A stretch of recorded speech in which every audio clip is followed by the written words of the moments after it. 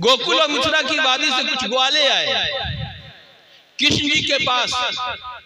कृष्ण जी के पास आने के बाद एक बात और कह दूं आपको, एक पंडित जी से हमारी मुलाकात हुई। उन्होंने कहा कि चतुर्वेदी साहब, राम जी के बारे में आपका क्या ख्याल है? किसके बारे में?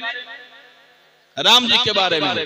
हमने कहा कि पंडित जी पहले ये बताएं, राम जी पहले हमारे हैं कि आपके?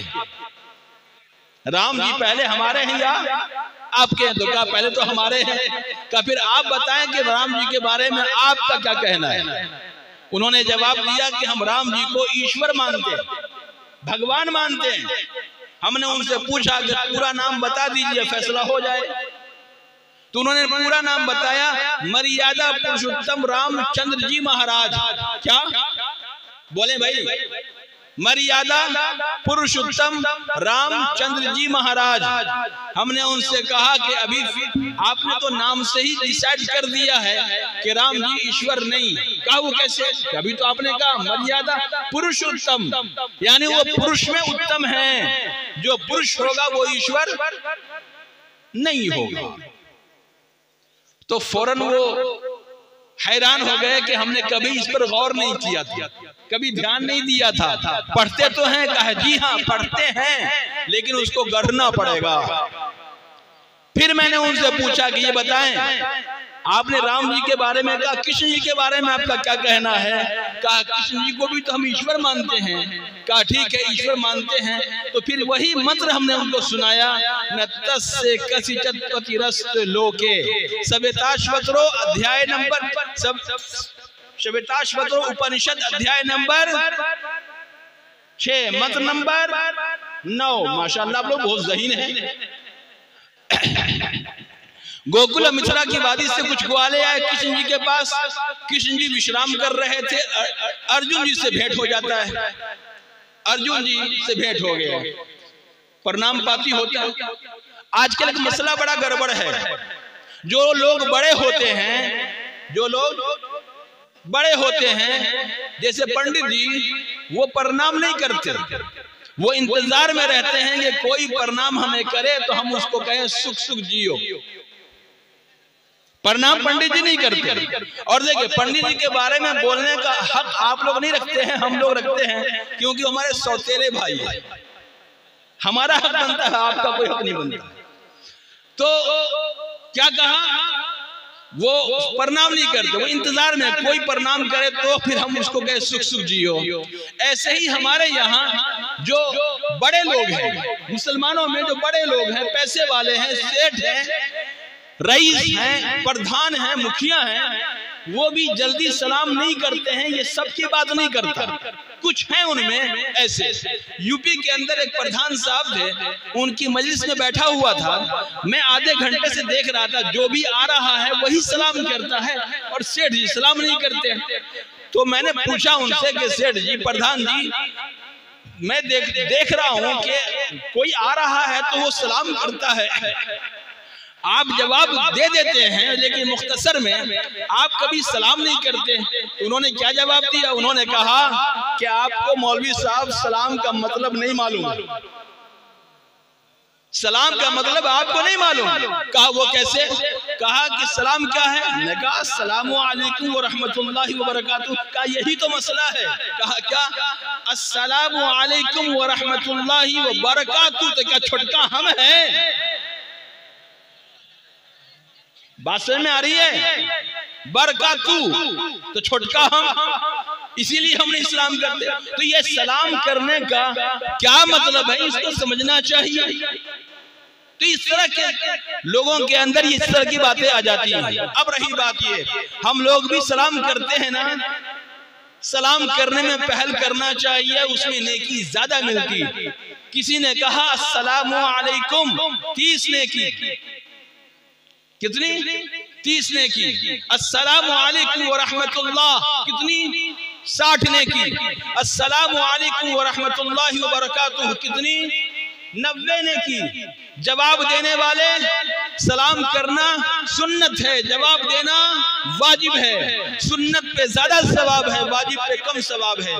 कोई अगर कहता है वालेकुमुस्सलाम तो 10 ने की, वालेकुमुस्सलाम व रहमतुल्लाह 20 ने की, वालेकुमुस्सलाम व रहमतुल्लाहि व बरकातुहू 30 ने की।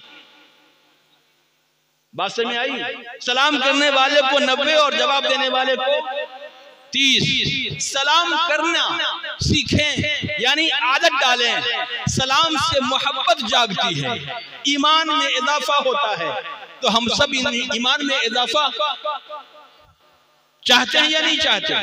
अब एक आदत बनी हुई है हमारी कि सलाम करने के बाद हम लोग हाथ मुसाफा करते हैं। अब मुसाफा करने के बाद सीने तक हाथ ले जाते हैं, है या नहीं? होता है। आज इस जलसे से एक बात आप सुनकर जाएं और आदत डालने की कोशिश करें कि सलाम करने के बाद जब आप मुसाफा करते हैं तो सीने तक हाथ न ले जाएं, सीने तक हाथ न ले जाएं, बल्कि मुसाफा करके छोड़ दें। ये सुन्नत है, लेकिन आदत बनी हुई है। अब अगर हम इसी को सीने तक हाथ ले जाते हैं सुन्नत समझकर, तो गुनहगार होंगे। सलाम करने से नेकी बढ़ती है और मुसाफा करने से गुनाह झड़ते हैं। और यहाँ हमें सुन्नत समझकर अगर हम मुसाफा करके हाथ सीने तक ले जाएंगे तो गुनाह होगा ना, इसलिए छोड़ दें, इंशाअल्लाह छोड़ देंगे। कुछ नौजवान ऐसे भी हैं, वो कहेंगे कि अच्छा चतुर्वेदी साहब ने कहा है सलाम करने से नेकी बढ़ती है और मुसाफा करने से गुनाह झड़ता है, तो चले कल बाजार में चल के जिसको देखेंगे सलाम करेंगे, मुसाफा करेंगे, मर्द हो या औरत हो, लड़का हो या लड़की हो। भाई ऐसी बात नहीं है, ये सिर्फ मर्दों के लिए कहा जा रहा है। ऐसा ना हो कि आप हमारे नाम पर लड़कियों से भी हाथ मिलाने लगे, इसका ख्याल रखना है, क्लियर कह देना है ताकि कोई बात न रह जाए। आगे चलते हैं। वो ये कि राम जी का मामला आ गया कृष्ण जी के पास। अर्जुन जी कहेगा विश्राम कर रहे हैं, उठेंगे तो आप क्या आपका सवाल क्या है? तो कहा मुझे मालूम हुआ है कि कृष्ण जी ने किसी ईश्वर के होने का दावा किया है। हम जानना चाहते हैं उसकी संख्या कितनी है, वो उस पे कोई सत्ता चलाने वाला है या नहीं है, और उसकी कोई पहचान है या नहीं है, उसको कोई माता पिता है या नहीं है, उसके जोड़ तोड़ का कोई है या नहीं है, ये जानना चाहते हैं। जब कृष्ण जी बेदार होते हैं, उठते हैं, जागते हैं, तो अर्जुन जी ने उन ग्वालों का प्रश्न पेश किया, तो अर्जुन जी ने उत्तर दिया। उत्तर क्या दिया वो सुन लें। कृष्ण जी ने उत्तर दिया, जो लोग कृष्ण जी को भगवान मानते हैं, ईश्वर मानते हैं, उसका जवाब है, उन्होंने कहा न तस्य कसिचित् पतिरस्त लोके। सवेताश्वतरो उपनिषद अध्याय नंबर 6 मंत्र नंबर 9। न तस्य कसिचित् पतिरस्त लोके, इस लोक में, इस संसार में उसके सिवा कोई पति नहीं है। अब जरा गौर कीजिए, कहने वाले कौन? कृष्ण जी हैं। कौन है? कृष्ण जी हैं। क्या कहते हैं कि इस लोक में उसके सिवा कोई पति नहीं। पति कहते हैं मालिक को, जैसे लाखपति लाख का मालिक, करोड़पति करोड़ का मालिक, राष्ट्रपति राष्ट्र का मालिक, जगतपति जगत का मालिक। तो इस लोक में उसके सिवा कोई मालिक नहीं है। तो कृष्ण जी इशारा कर रहे हैं, तो जिधर इशारा कर रहे हैं मालिक वो होगा या इशारा करने वाला ही मालिक हो जाएगा? जी, तो कृष्ण जी ने इशारा जिधर किया आसमान की तरफ, आकाश की तरफ, कि इस लोक में उसके सिवा कोई मालिक नहीं है, तो वो मालिक हुआ न के कृष्ण जी हुए। अब आगे आइए। नचे सतानैव, उस पे कोई सत्ता चलाने वाला भी नहीं है, वो सुपर पावर है। उसकी शक्ति ऐसी है कि उस जैसी शक्ति किसी के पास नहीं। न तस्लिंगम, उसकी कोई पहचान नहीं।